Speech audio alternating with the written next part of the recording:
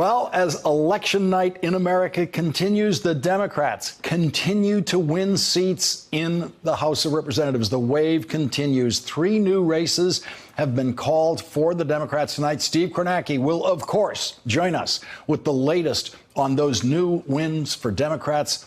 And in the White House, this means it's a whole new level of insanity. That's what people inside Trump world are now saying about Donald Trump's reaction once he began to realize just how badly Donald Trump and the Republicans were beaten in the election, a beating that continues to get worse every day as new Democratic winners continue to be declared in congressional races from coast to coast. One former West Wing staffer told Gabriel Sherman at Vanity Fair, quote, "This is a level of insanity I've never seen before." Now, just pause and imagine what that insanity level must be like. A new one they've never seen before. Previous presidents who have lost congressional seats in midterm elections all immediately went to work trying to figure out how to win those voters back for their own upcoming re-election campaigns, but not Donald Trump. He just goes to a new level of insanity, according to Trump insiders. And that insanity includes Melania Trump. She is Donald Trump's third wife and the only one of Donald Trump's wives to push him around publicly. And she did it at the peak of Donald Trump's power. The peak of the power in Donald Trump's life. She wasn't just pushing Donald Trump, the real estate guy, around. She was pushing around the president of the United States when she had her staff make a public statement yesterday that Melania Trump believes that Deputy National Security Advisor Mira Ricardel, quote, no longer deserves the honor of serving in this White House. That was Melania Trump deciding to act as president of the United States. Something she apparently decided that was something she could do because of her husband's new level of insanity, that allows her to do that now. She humiliated her husband. She humiliated White House Chief of Staff John Kelly, proving that John Kelly is in charge of nothing and no one in the White House. And today, Mira Ricardel is no longer enjoying the honor of working in the Trump White House. And so the White House issued this statement today following up on Melania Trump's order. Statement says Mira Ricardel will continue to support the president as she departs the White House to transition to a new role within the administration. No first lady has ever before publicly urged the removal of a White House official whose employment in the White House was never in doubt until the first lady decided it should come to an end and announced that decision publicly. This is a whole new level of insanity. Gabriel Sherman's reporting for Vanity Fair examines the president's, quote, dark mood during his weekend trip to France. Donald Trump was surprised that his decision to skip a ceremony at an American military cemetery because of rain became a huge scandal. Gabriel Sherman reports, quote, one Republican briefed on the internal discussions said the real reason Trump did not want to go was because there would be no tent to stand under. He was worried his hair was going to get messed up in the rain, the source said. John Bolton and everyone was telling him this was a big mistake. A former administration official said Trump hates being outside in wet conditions. What I honestly think, he woke up and said, it's pouring rain, this is a joke, and I'm not doing this. While the president was worrying about how his hair could survive rain, at least some Republicans were facing the reality of what went wrong in the election. Our message was weak. Our ground game was insufficient. We weren't inclusive. The perception that we're the party of the rich, unfortunately, continues to grow. It all goes back to what our moms used to tell us. It's not just what you say, it's how we say it.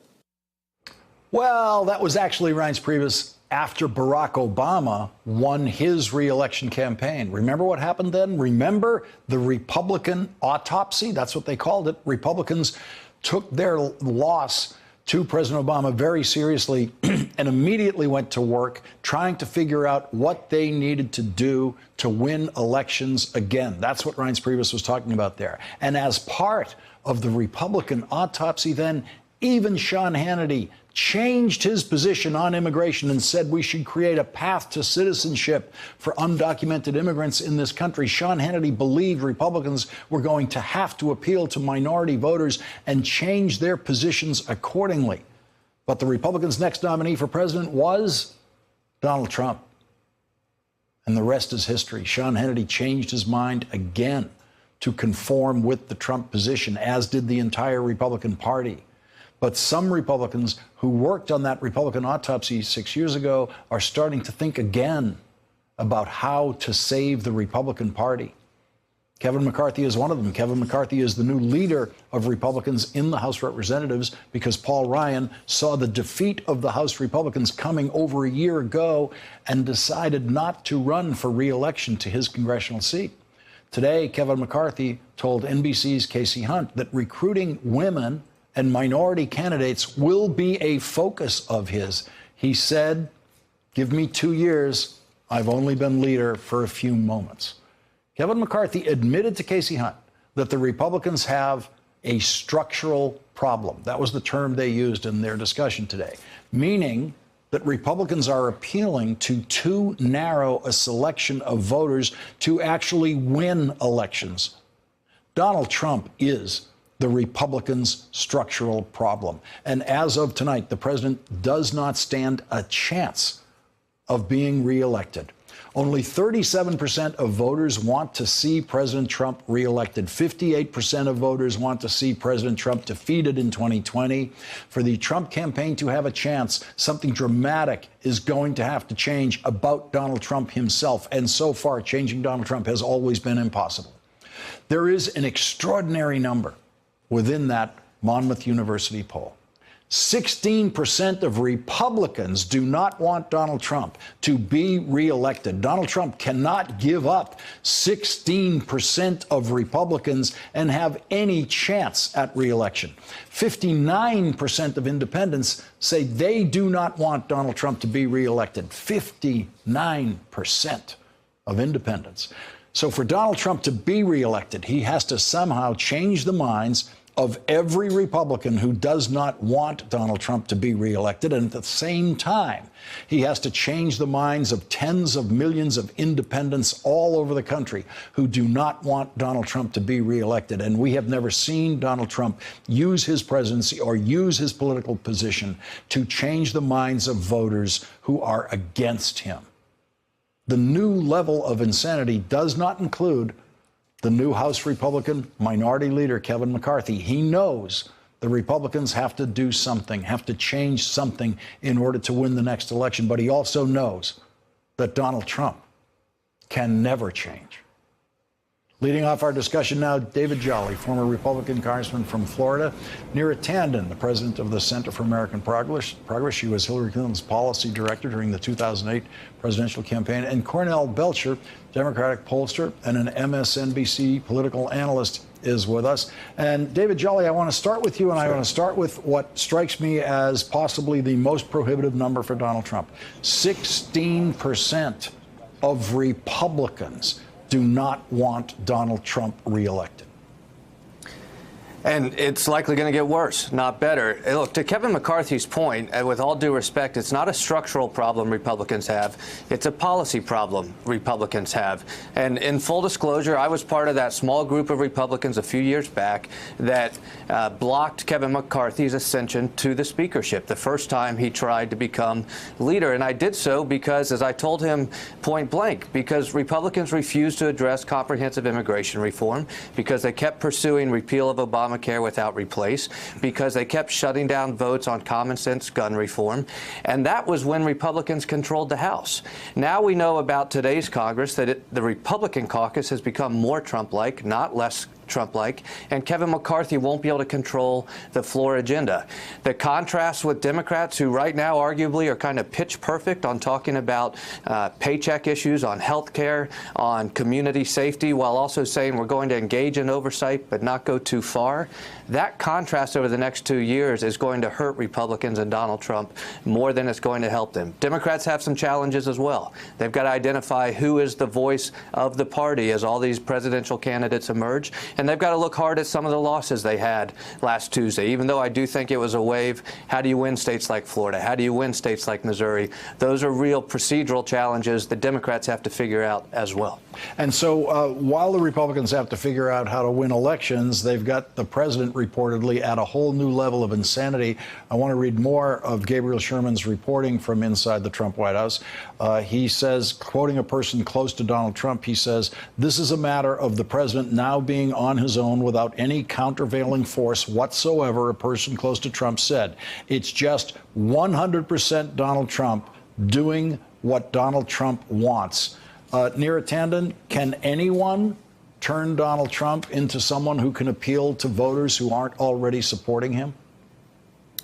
I mean, the reality of this last 2 years is that Donald Trump has not built on his base. And I think you pointed out the numbers amongst Republicans, but I think what's an even more clear warning shot is how well Democrats did across the country with independents. They won independents decisively, even in places like Texas. And, you know, David is right. There are places that Democrats should focus on and try to shore up. But when you look at the breadth of the victory from one part of this country to basically every corner, Democrats put together a winning coalition, a large-scale coalition of suburban women, a lot of college-educated white men, in fact, who used to be the base of the Republican Party, as well as millennials who no one expected to turn out, and people of color. Latinos surged, I think, in part because of the divisive, hateful rhetoric around the caravan. So I think the truth is Donald Trump is in a days-long fury because his strategy backfired. It was he went all in on hateful chaos day in and day out. He has no other way to just be as president, and it failed. Colonel Belcher, I want to hear your professional opinion as a pollster on what we're seeing in these new polls. And we're recognizing the next election is 2 years away. But we have just seen 2 years of Donald Trump failing to convert a single voter in his direction, but never even trying to do it. And so when you look at these polls showing the trouble that Donald Trump is in, the only pattern we know is Donald Trump has shown no evidence about how to pull himself out of these holes that he's in the polls. Look, I think, you know, McCarthy and a lot of the Republicans, at some point, and former Congressman Jolly Pauly knows this better than I do, at some point there's going to be a break in the Republican Party because there's Donald Trump's Republican Party, which it is right now, but it has no room for the Kasichs of the world. It has no room for the Bushes of the world. And it has no room for a whole swath of Republicans who once upon a time you understood. And Donald Trump has continued to narrow the Republican Party to a core group of people who are very anxious about their status in this country. I want to step back for a moment and sort of talk about that narrowing because it's profound, right? If you look at Texas is for Republicans what California is for Democrats. It is the biggest blue state. Texas is a big red state. You had a Democrat come within 2 points of taking out a sitting Republican senator. That sends shockwaves all across the Republican establishment. You have Democrats making inroads in states that are really important. Arizona, Democrats have made inroads with a state that's been fairly red. Nevada is beginning to look like Virginia, which once upon a time was a red state, and Virginia was once upon a time a red state. And you have Georgia, which boggles my mind because I thought we were 4 years away from this in Georgia. You have Georgia as a toss-up. If states like Georgia and Arizona are turning red, the pathway for Republicans to 2020 back to the White House has gotten more and more narrow while the pathway for Democrats is expanding. Look, Arizona will be a battleground state in the next presidential election, and I didn't think it would be. But if we're coming within a point in Georgia, whoever the next Democratic nominee is, we'll put money there. And David Jolly, when you look at a couple of the districts that were flipped in Texas, one of them, the Republicans have held for 52 years, since George H.W. Bush first won that seat in 1966. John Culberson, a powerful 18-year member from Texas, just knocked out. No one in his district seemed to care that he was chairman of a appropriations subcommittee and could do the district some good. None of the old moves are working in those kinds of districts for Republicans. That's right. A couple things we're seeing is the political demographics, the heartbeat of the country's politics are moving further away from where Republicans are, and Republicans seem to be moving away from where the heartbeat is. Look, I would rather be going into 2020 in the Democratic position right now. You've got to hold your gains and then pick up just a little bit more. To your point on Kevin McCarthy, you know, I joke there's not enough red starbursts in the world for Kevin McCarthy to keep Donald Trump in check going into 2020. But here's the important thing, Lords. When we get there, races are always about contrast between the two candidates, and that's where Democrats have to decide who is the voice, what is their message in 2020, are they staying right where they're at, and also be prepared. I do think we're going to see a disruptive candidate. If it's a primary challenge to Donald Trump that really injures him in the primary process, or very well might be an independent or third-party candidate, are they viable, or do they play a spoiler role? And are they playing a spoiler role that actually hurts Trump or actually eats into some of the gains the Democrats have made in the midterm elections? David Jolly, are you prepared to announce tonight that you will step in to the primary field and be the challenger of Donald Trump in Republican primaries? I promise you I will be part of the disruption in 2020. And I will say this, if it means it's a spoiler role that kills Donald Trump's re-election chances, I'd like to go down in history being a part of that team.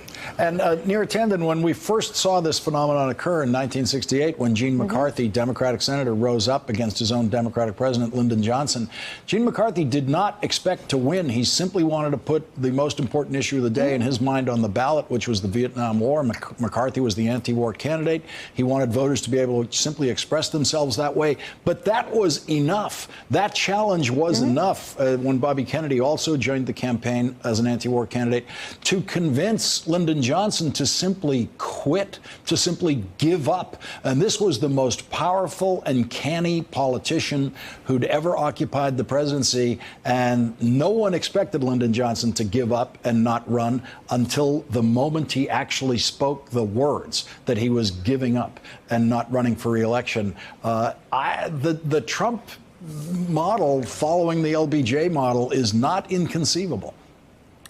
No, and I would say, you know, if I were a House Republican, I would really ask myself, is Donald Trump helpful to my prospects if I'm not just in the most rural part of this country, or is he helpful? I mean, is he helpful or harmful? And is it helpful to have him on the top of the ticket for us to get to the majority, or is it harmful? And the reality is, look, the Republicans made their bed with the devil over the last 2 years. Mitch McConnell and former Speaker Ryan made a deal where they basically, you know, looked away, were no check on Donald Trump, basically said yes to every single thing he did. And the country rose up in opposition. And if I were, you know, I'm definitely not an advisor to the Republican Party, but I have to say they have to ask themselves who is actually going to help them in the long term be a majority party. They are not a majority party today. They are just not a majority party today. They're in the Senate because of basically the structural problems of the Senate, but the House is much more representative. Even with gerrymandering, Democrats did so well. So I think if I were a possible challenger, but if I were just a Republican backbencher, I would ask myself, and I think that's Donald Trump knows he has a lot of issues in the Republican Party too. I think that's part of his 7 days long fury as well.